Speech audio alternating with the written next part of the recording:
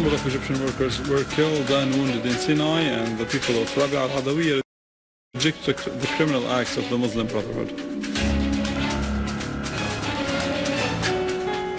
Units of the Syrian Arab Army discovered poisonous chemical materials in Jobar and captured a factory of explosive devices to the east of Palmyra. And demonstrations erupt in several American cities in protest against the racist bias of the judiciary.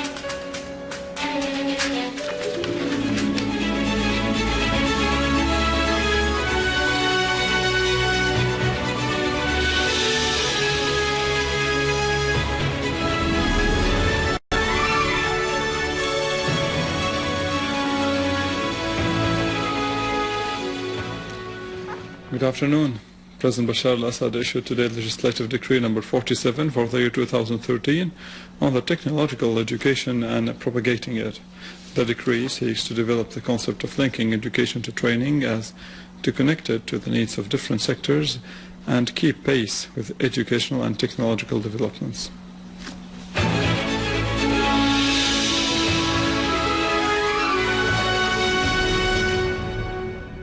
A Syrian Arab Army unit destroyed the headquarters of a terrorist gang in Barze in Damascus countryside and destroyed their weapons. In Jobar, a Syrian Arab Army unit discovered a factory to make and store poisonous chemical materials in a terrorist hideout. Large amounts of these materials were confiscated in addition to chlorine containers, some of which came from foreign sources, while other containers had labels saying they were made in Saudi Arabia. A Syrian Arab Army unit also found several weapons and dozens of emptied mortar shells prepared to have the chemical weapons inserted inside them. The clashes with these terrorists led to the death of two of their leaders, Muhammad al-Salim and another called Shakir.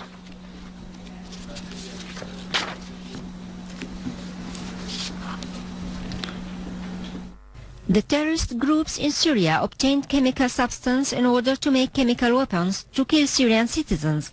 These terrorists are supported by the Gulf regimes, Turkey and the West.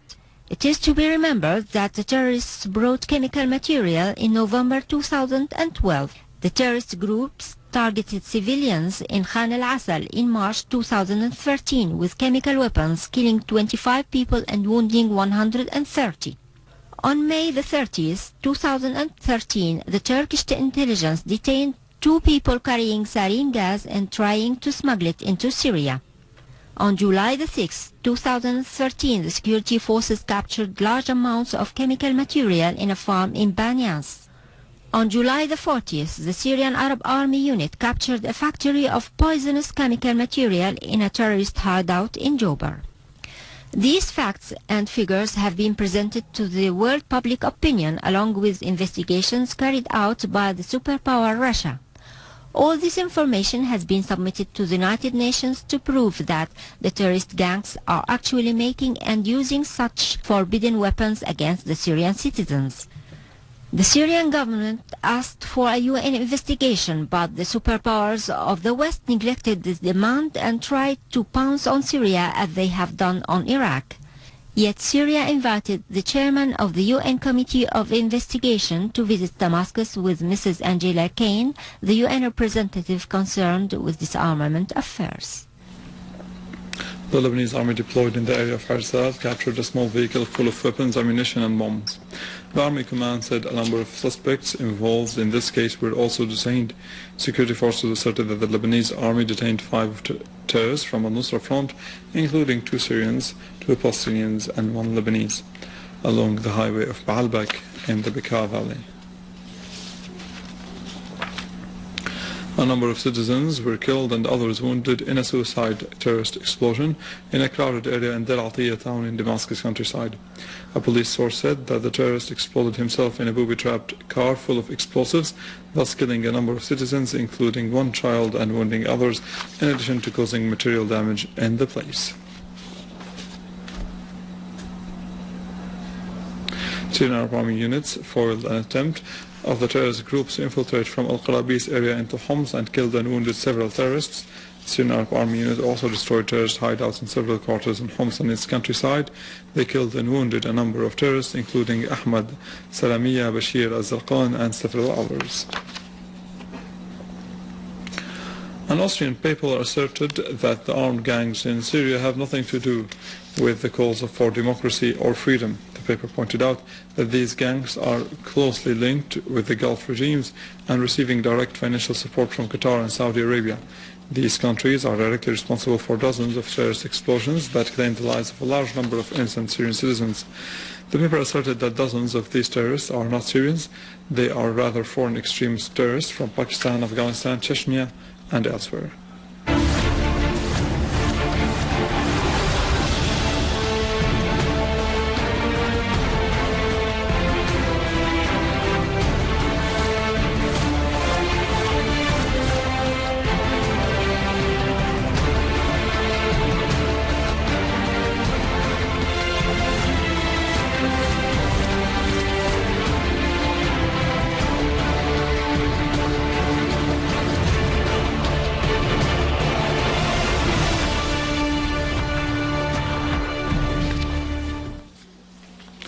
On the latest developments in Egypt, 2 people were killed and 16 others wounded when armed men fired a shell at a bus carrying workers on the road to the airport of Al-Arish in North Sinai Governorate.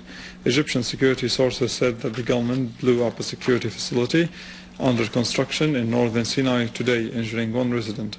During the past 10 days, gunmen launched increasing attacks on the army and police in northern Sinai, killing and wounding a number of police and soldiers. For a 3rd consecutive day, the Russian armed forces continue their largest military drills in the eastern area of the country. Some 160,000 troops took part in the exercises, which involved the entire Far Eastern military bloc and part of the former Siberian military district.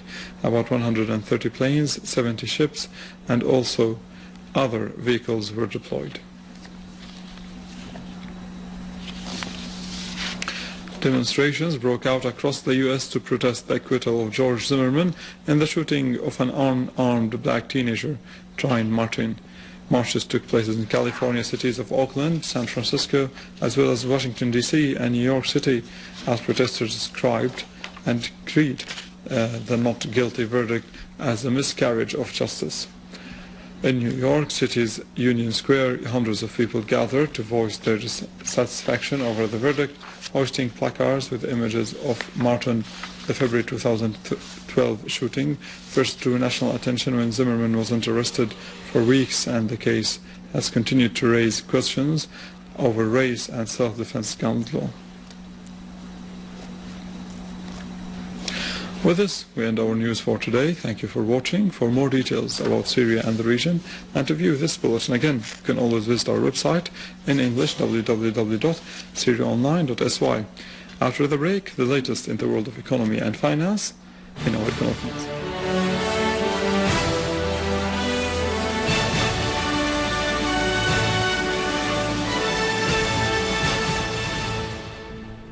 Good afternoon. The Committee of Health Insurance held a meeting to discuss the administrative, technical and legal sides of the health insurance contracts to overcome the obstacles caused by the current crisis. The Minister of Finance highlighted many complaints from the citizens concerning this issue, noting the need to establish the company sham. On the other hand, the Minister of Health asserted the importance of the expertise of the insurance companies and adopting accurate standards for the medical procedures. The Central Bank of Syria sold the dollar at the price of 237.60 Syrian pounds to the companies of exchange yesterday, as the bank will keep the prices stable at the big companies of exchange that are responsible for the exchange rate. A source from these companies said that the Central Bank will keep selling the dollar until the end of the year, while it is expected to fall below 200 Syrian pounds in the market soon, indicating that the bank's interference will determine the dollar's price, specifically after allowing the exchange companies to buy the dollar at a specific price, which is going to make the dollar drop sharply against the Syrian pound. The Iranian ambassador to Damascus stressed that his country has taken a decision to send another 100,000 tons of wheat to Syria. He also revealed his country's intention to send additional amounts of food soon, noting that Iran has allocated $3 billion for Syria as a loan to provide for its demands after the economic sanctions imposed on it, pointing out to Syria's great industrial and agricultural abilities which enable it to overcome this phase, noting that Iran has opened a credit line by foreign currencies for the Syrian dealers in order to buy their needs from the Iranian markets. The manager of the Interior Trade in Damascus said that the Directorate has started the process of selling some of the materials by their prior administrative price. The basic materials would be dealt with first, indicating that the pricing will include some foodstuff and cleaning products, highlighting that the prices of vegetables are being set by a committee from the Directorate. The American crude oil rose for the second day on speculation that the sustained growth in China will support fuel demand in the world's second largest oil consumer. Futures climbed 0.4% after capping a third weekly advance.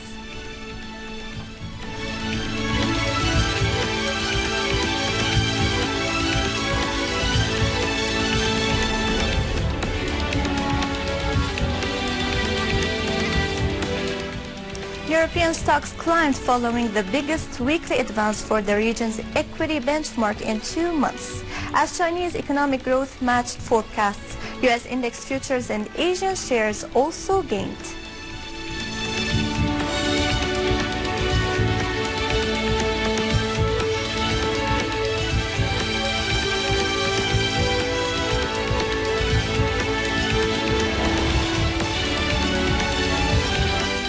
The Jewelers Assembly set the price of the 21-carat gold at 9,000 Syrian pounds per gram, while the Rashadi golden coin was set at 65,800 Syrian pounds, and the English coin was set at 73,500 Syrian pounds.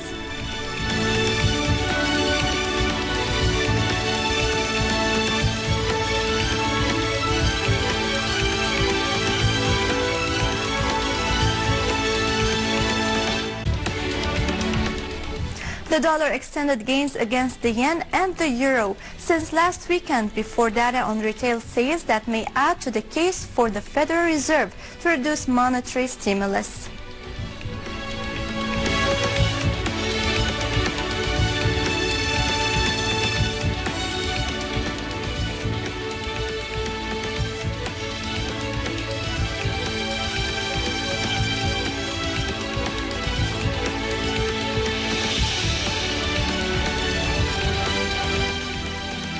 With this, we conclude our news. Thank you for watching and goodbye.